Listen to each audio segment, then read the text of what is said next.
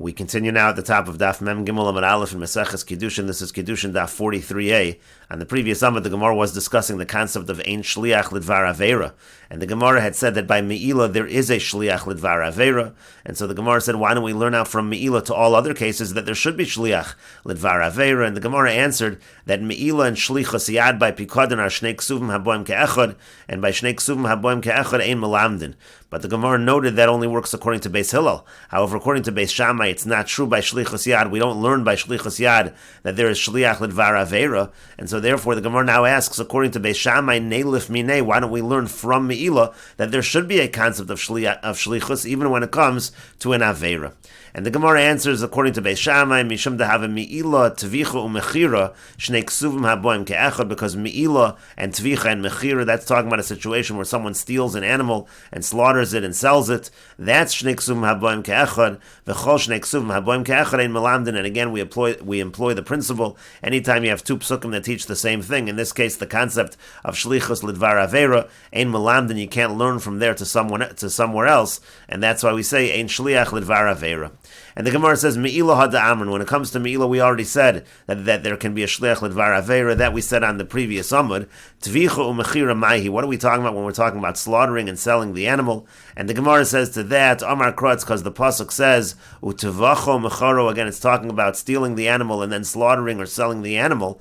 And ma mechira al yedei acher. Just like when you sell the animal, it involves another person. Af tvicha al yedei acher. So too, when you slaughter the animal that you stole, it involves another person. It involves a shlichus, and therefore we see that in this case there is an example of yesh shliach lidvar aveira. And Rashi explains, Neilif minei Me'ilah, we should learn from there, we should learn from Me'ilah. And the Gemara said, Ma mechira, just like mechira, eina miskayemes el al yedei acher. You can't have mechira without another person involved. Haganav mocher v'halokeach lokeach. The ganav is the seller, and the person who buys it is the buyer. Av tvicha, so too when it comes to tvicha, afilu tovcha shliach, even if a shliach were to slaughter the animal that was stolen, nischayev haganav b'tashlume dalet v'hei, that would make the ganav chayev not only to pay for what he stole, but he also has to pay the payment of 4 or 5 times the amount. And we will take a look at the full pasuk by the concept of paying dalet v'hei. The pasuk says, Ki yignov ish shor osef, a person steals an ox or a sheep, utevacho mecharo, and he slaughters it or he sells it. So the halach is, Chamisha bakar yishalem tachas ashur, you have to pay 5 times the amount when it comes to the shor. V'ar batzon tachas aseh, you have to pay 4 times the amount when it comes to the seh. And again, we are saying over here that there is shlichus in this situation, and therefore, as we're going to say in a moment, it's going to be shnei ksuvim haboim ke'echad in terms of shliach lidvar aveira. And the Gemara continues, Devei Rabbi Yishmael, taught in the yeshiva of Rabbi Yishmael, it was taught, when it says the word o, and Rashi says that's o mecharo, that's the pasuk again, by utavacho o mecharo, l'rabos afilu shliach, that's going to include even a shliach. In other words, Devei Rabbi Yishmael has another source, o l'rabos as a shliach, the word o includes a shliach. Devei Rabbi Yishmael has another source that there is shlichus by the situation of slaughtering the stolen animal. And Devei Chizkiah, taught in the yeshiva of Chizkiah, was taught, they have another source, tachas, it says in the pasuk, tachas l'rabos as hashliach, that includes the shliach. And Rashi says tachas hashor, tachas haseh. It says you're going to pay in substitution for the shor and substitution for the seh. Techad minayu yiseru, one of those words tachas is an extra word. V'darish l'rabos she'im mina shliach l'tvoa chayav haganav. Again, we'll darshan from there. That's the source that if he appoints the shliach to slaughter the animal, the ganav is chayav. In any case, again, as we see, there is a concept of shlichus l'dvar aveira when it comes to the payment of 4 or 5 times the amount. And so the Gemara says again, it's according to Beis Shammai that shnei ksuvim haboim ke'echad, me'ilah and tvich and mechira shnei ksuvim haboim ke'echad, and you can't learn from there. Only in these cases we say there's shliach lidvar aveira. Otherwise, ein shliach lidvar aveira. But the Gemara continues, Hanichal amanda amar shnei ksuvim haboim ke'echad ein melamdin. All of this works according to the one who says that if you have shnei ksuvim haboim ke'echad, you can't learn from there. But according to the one who says that Shnei Ksuvim Haboim Ke'echad, you could learn from there. So we should learn from these cases that Yesh Shliach Lidvar Aveira. Ma'ikol Amemra, what are you going to say? Where do we learn the concept of Ein Shliach Lidvar Aveira? And the Gemara answers, Gali Rachmana b'shchutei chutz. The Torah reveals by shchutei chutz, that's when someone slaughters an animal, a korban, outside of the Beis HaMikdash. It says in the pasuk over there, Dam yechashev lo ishahu dam shafach. It says the person will be held responsible for spilling the blood outside of the Beis HaMikdash. And we understand lo ishahu, that person who did it, hu v'lo shlucho, him and not his shliach. In other words, when it comes to shchutei chutz, ein shliach lidvar avera. And the Gemara says, Eshkechon gabe shchutei chutz. We find that by shchutei chutz, that there's a concept of ein shliach lidvar avera. B'chol HaTorah menolan, where do we know it everywhere else? And the Gemara answers, the yolef mi shchutei chutz. We learn it out from shchutei chutz, just like over there, ein shliach lidvar avera. So to everywhere, ein shliach lidvar avera. But the Gemara says, Adi yolef mi shchutei chutz, but instead of learning from shchutei chutz that ein shliach lidvar avera, neilef mehanach, we should learn from the other cases. In other words, we should learn from the case of me'ilah, and we should learn from the case of tvicha u'mechira. We should learn that there is shlichus lidvar avera. And the Gemara says, Hadar kasav rachmana. No, the Gemara again repeats when it comes to shchutei chutz. The Torah repeats itself. It says v'nichras ha'ish hahu. It says that man is going to be cut off, and so therefore we say yemeinu inyan leguf. If you don't need it for this over here, we already said over here by the case of shchutei chutz and shliach lidvar avera. So teneu inyan l'chol haTorah kula. Instead, you should apply it everywhere else, and that's where we learn in general ein shliach lidvar avera. But the Gemara says, now going back, according to the one who says, if you have shnei ksubim haboim ke'echad, you can't learn from there. So in other words, it's only by the two cases of me'ilah and by dalid v'hei. There we say yesh shliach lidvar avera, and we understand from there that in all other cases ein shliach lidvar avera, and you don't need to learn from shchutei chutz. So hani hahu my darishbu. So what are you going to do with the hahus that are written by shchutei chutz? And the Gemara says to that, it says hahu twice, chad lemu'ute, one comes to exclude shnayim she'ochzim b'saken v'shochtim. Let's say two people are holding the knife and they shecht the animal, the korban, outside of the Beis HaMikdash. V'chad, and the other one is hu v'lo onus, that he's responsible, but not if it's an onus, not if it was a situation that was outside of his control. Hu v'lo shogeg, he's responsible, but not if it was a mistake. Hu v'lo muta, again, he was responsible, but again, not if there was some kind of mistake. And the general difference between shogeg and muta is that shogeg, the mistake was the person doesn't realize it's usher to shecht this animal outside the Beis HaMikdash, and muta means the person doesn't realize that this particular animal is a korban. And the Gemara continues, v'idach, and the other opinion, the opinion that holds shnei ksubim haboim ke'echad melamdim, and therefore we need to learn from the word hahu, the concept of ein shliach lidvar avera. So where is that shita going to learn the exclusion by shchutei chutz? Let's say two people are holding the knife, or the exclusion of ones, shogeg, and muta. And the Gemara says, mehu hahu, that sheet is going to learn from the fact that it could have said hu, and instead it said hahu. So that teaches us to exclude the cases of two people holding the knife, and ones, shogeg, and muta. And the Gemara says, v'idach, and the other opinion will say back, hu hahu lo darish. That opinion is not going to darshan the fact that it could have said hu, and instead it said hahu. That is not enough of a reason to create a drasha. And the Gemara continues, V'hadatani, but what about that which we learned in the Braisa? Ha'omer l'shaluchot say harog es hanefesh. If somebody says to his shliach, to his agent, go and kill someone, so the halacha is hu chayev v'sholchav pater. So the person who actually commits the murder is chayev. The one who sent the person, that person is pater. Again, as we said, ein shliach lidvar avera. However, Shammai Hazakin omer misham Chagai Hanavi. Shammai Hazakin says in the name of Chagai Hanavi, sholchav chayev, that actually the person who sent the person to do the murder actually is chayev. Shenemar, as it says in the pasuk, Oso haragta becherev b'nei Ammon. It says that you killed him with the sword of the b'nei Ammon. And the pasuk over there is talking about the fact that David sent Yoav to kill Uriah, and he's essentially being held liable for that murder, even though he didn't commit the murder directly, even though he sent someone to commit the murder. And so here you see, according to Shammai Hazakin, yesh shliach lidvar avera when it comes to murder. My time made the Shammai Hazakin. What is the reason of Shammai Hazakin? And the Gemara says, Kasavar Shammai Hazakin holds shnei ksuvim haboim ke'echad melamdim, that two psukim, haboim ke'echad, two psukim that teach the same thing, meaning again, going back to our cases of me'ilah and the case of dalid v'hei, in those cases we say, yesh shliach lidvar avera, and melamdim, you can learn from those cases to other cases that we do say. We say, yesh shliach lidvar avera, v'hu hahu lo darish, and according to that, Shammai Hazakin will not darshan hu hahu, meaning to say you're just going to darshan the hahu once, and that time that you're going to darshan hahu, you're going to learn out to exclude two people holding the knife and to exclude ones, shogeg, and muta. V'ibay seiman, if you want, I could say another answer, liolam darish. really Shammai Hazaken is going to darshan hu ha-hu, meaning to say that Shammai Hazaken really is going to hold ein shliach lidvar avera, and so therefore umay chayev. So what does it mean when it says Shammai Hazaken says that the person who sent someone else to kill someone is chayev? It doesn't really mean chayev. It just means chayev b'dinei shamayim. It just means chayev in the laws of heaven, but really ein shliach lidvar avera, even according to Shammai Hazaken.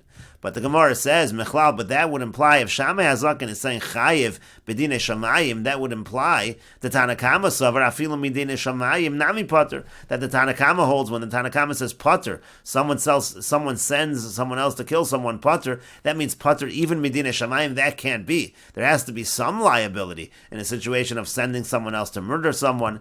And so the Gemara says, Ella rather dino rabba v'dino zuta ika beinayu. The difference just is whether it's a great judgment against the person or is it a smaller judgment against the person, meaning to say everybody agrees there's some liability b'dinei shamayim. The Tanakama just says pater means to say there's not a great liability for the person who sent to the other person, and Shammai Hazaken says no, there is a great liability. And the Gemara continues by saying, if you want, I could say another answer. This is another answer on behalf of Shammai Hazaken, because really, again, Shammai Hazaken in general holds ein shliach lidvar avera, yet in this case, by murder, it seems like yesh shliach lidvar avera, and the answer would be, Shani Hasam, it's different over there, de goli rachmana, because the Torah itself says that by murder it's an exception, as they brought from the Pasuk, Oso haragta b'cher b'nei Ammon, it says that you killed him with the sword of the b'nei Ammon, and so that's telling you that when it comes to murder, there is a shliach lidvar avera.